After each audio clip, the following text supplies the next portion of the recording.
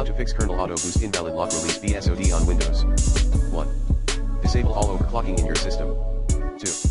Unplug the connected devices. 3. Uninstall your wireless adapter. 4.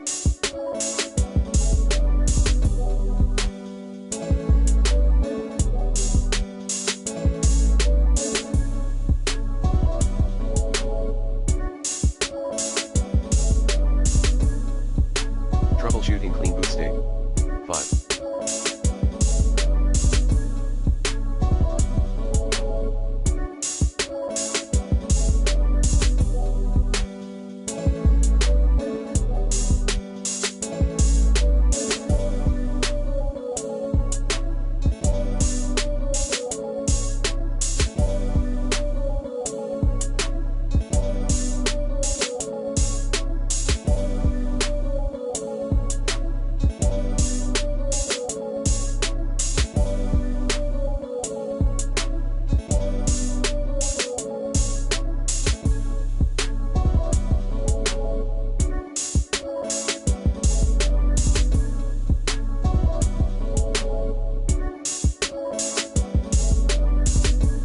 Hardware clean boot via device manager.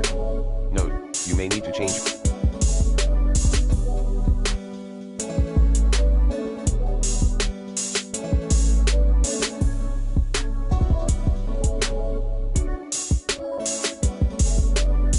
Or replace the faulty hardware component.